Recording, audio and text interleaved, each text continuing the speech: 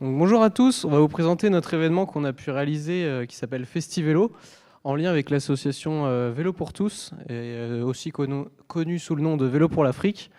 Donc ce projet avait pour but de promouvoir la pratique du vélo dans le pays redonnais et également de mettre en lumière les associations du pays redonnais en lien avec le vélo.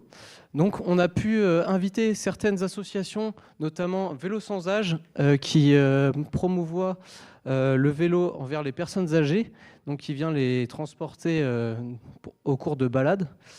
Également, on a pu inviter cette association qui réalise des convertisseurs pour les vélos pour qu'ils deviennent électriques. Certains vélos pouvaient aller jusqu'à 90-100 km/h. Donc, les enjeux du projet étaient liés avec la formation, puisqu'on est en LSI 3, notamment sur la gestion de projet, tout ce qui est vision managériale et coordination avec les ressources, que ce soit matérielles ou humaines. Également, on a pu réaliser un sourcing avec les différents interlocuteurs, notamment Redon Agglomération et les autres associations présentes sur le site.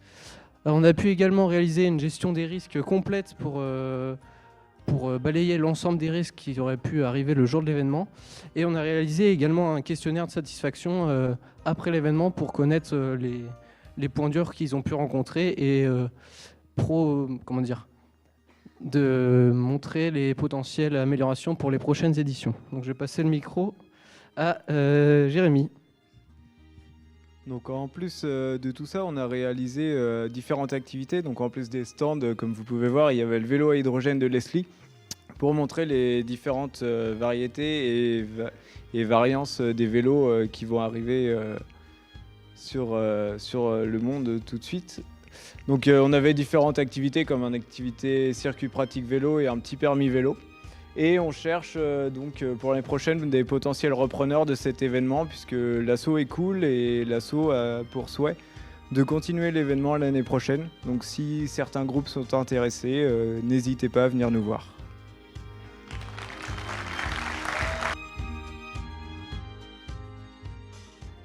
Bonjour à tous, nous on va vous présenter rapidement l'histoire de notre festival.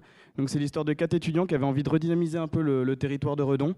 Et on s'est mis en tête de mettre en application nos compétences logistiques et ce qu'on apprenait en cours pour organiser ce type d'événement. On a fait la 2e édition de notre événement, ça s'est passé en extérieur à l'étang Homé.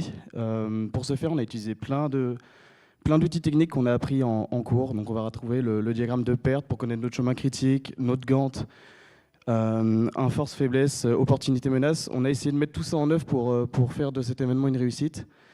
Et on en est fiers puisqu'on a ramené plus de 500 personnes cette année sur le festival. Et ça nous donne aussi des perspectives d'avenir. On aimerait continuer. Et donc pour ce faire, on recherche aussi du coup des potentiels partenaires pour nous accompagner, mais aussi des membres actifs. Et on aimerait aussi refiler le flambeau à d'autres élèves de Leslie. Si jamais ça intéresse des personnes, on a plein de problématiques logistiques à mettre en œuvre. Et on serait ravis de les éluder avec vous sur notamment la gestion des flux, la gestion du parking et tout ce genre de choses. Il y a plein de choses à faire ensemble, donc n'hésitez pas à nous envoyer un petit message. Merci à vous. Bonjour à tous, donc certains nous connaissent déjà, on est le projet Génial sur le Sénégal. Donc nous, ça fait 2 ans qu'on travaille sur ce projet en partenariat avec l'association Jeunesse et Développement à Redon. Donc on a réalisé en fait une petite problématique au sein d'un village sénégalais, c'était sur la gestion des déchets. Et donc cette année, on a pu concrétiser notre projet en partant sur place. Et du coup, je vais laisser la parole à Calan pour vous expliquer un petit peu ce qu'on a réalisé.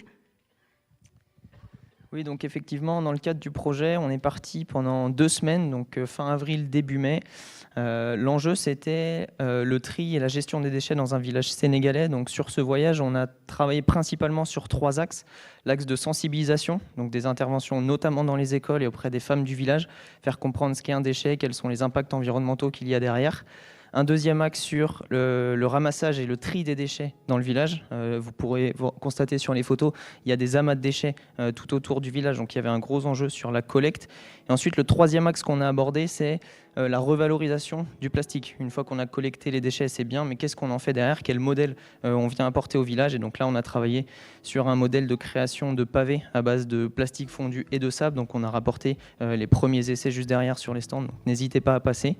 Donc voilà, ça c'était l'enjeu du projet pour cette année. Maintenant, on est également à la recherche de repreneurs pour les années suivantes, notamment sur la création du process, l'industrialisation de la création des pavés. Donc n'hésitez pas à venir nous voir sur le stand si vous êtes intéressés. Voilà, merci à tous.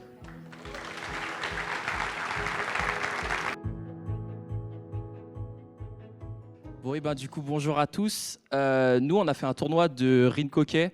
Donc, juste pour replacer, le rinhockey, c'est un sport, c'est comme du hockey, mais c'est avec des patins à roulettes à 4 roues en quad. Et ça se joue avec une balle. Donc, globalement, les règles se ressemblent au hockey sur glace, mais du coup, c'est sur du parquet ou un peu comme du plastique, un peu les mêmes terrains que peut y avoir au basket. Donc, nous, on a fait un tournoi U15. Le but, c'était de faire un tournoi avec des équipes qui venaient du plus loin possible en France, puisqu'ils n'ont pas forcément l'habitude de jouer avec des équipes qui viennent loin en France, et si possible avec des équipes étrangères. On a réussi à du coup avoir une équipe espagnole, Patinalon, qui est venue faire le tournoi, et du coup on a eu des équipes à côté de Lyon, une équipe aussi de Paris, et le reste dans la région nantaise. Donc du coup il y a eu des défis logistiques pour organiser ça. On a essayé de faire aussi un tournoi qui était rentable et qui coûtait le moins possible aux équipes. On a réussi à faire payer 0 aux équipes. Le seul argent qu'ils ont dépensé, c'est parce qu'on proposait des repas sur place. Et donc du coup, on a réussi à être en bénéfice pour le club de plus de 1 000 € en organisant notamment des ventes de frites, boissons, snacking, etc.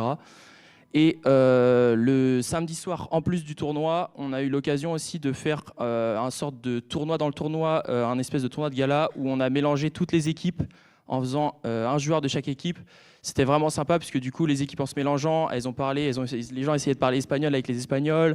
Il y avait forcément des langages différents, etc. Du coup, voilà, c'était vraiment sympa. Merci.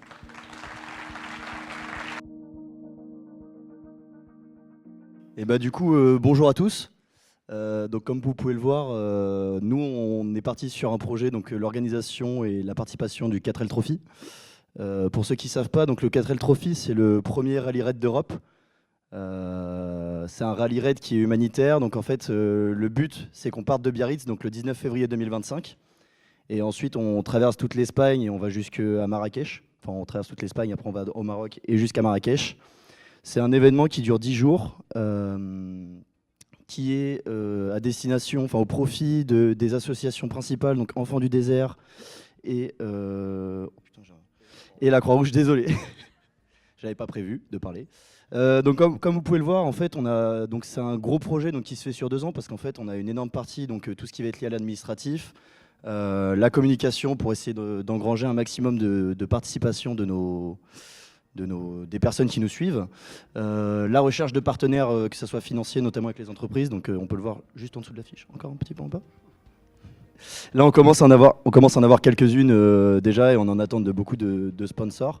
C'est un projet qui nous tient vraiment à cœur. Okay. En vrai, je ne sais pas trop quoi dire, je vous avoue. Mais j'avais pas prévu de parler. Mais n'hésitez pas à voter pour nous en tout cas et ça nous ferait grandement plaisir. Et si jamais, là il y a notre Instagram pour venir nous suivre. C'est super important d'avoir un maximum de personnes qui nous suivent au quotidien, ça fait toujours plaisir. Et à gauche, si jamais, la cagnotte participative. Voilà. Et dernier point, comme vous pouvez le voir sur la droite, c'est un événement qui coûte extrêmement cher, puisqu'il y a donc la participation au 4L Trophy qui est de 3 800 € par équipe, il me semble, et l'achat des 4L et ainsi de suite, donc toute la gestion nourriture et l'hôtel pour la route sur place, puisque le 4L c'est un événement en demi-pension, et les seuls moments où on est logé, en fait, c'est à partir du Maroc. Voilà. Écoutez, je vous remercie, merci pour votre écoute.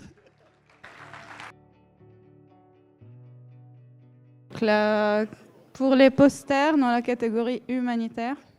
C'est bon, je lance ? Ouais. Projet Sénégal.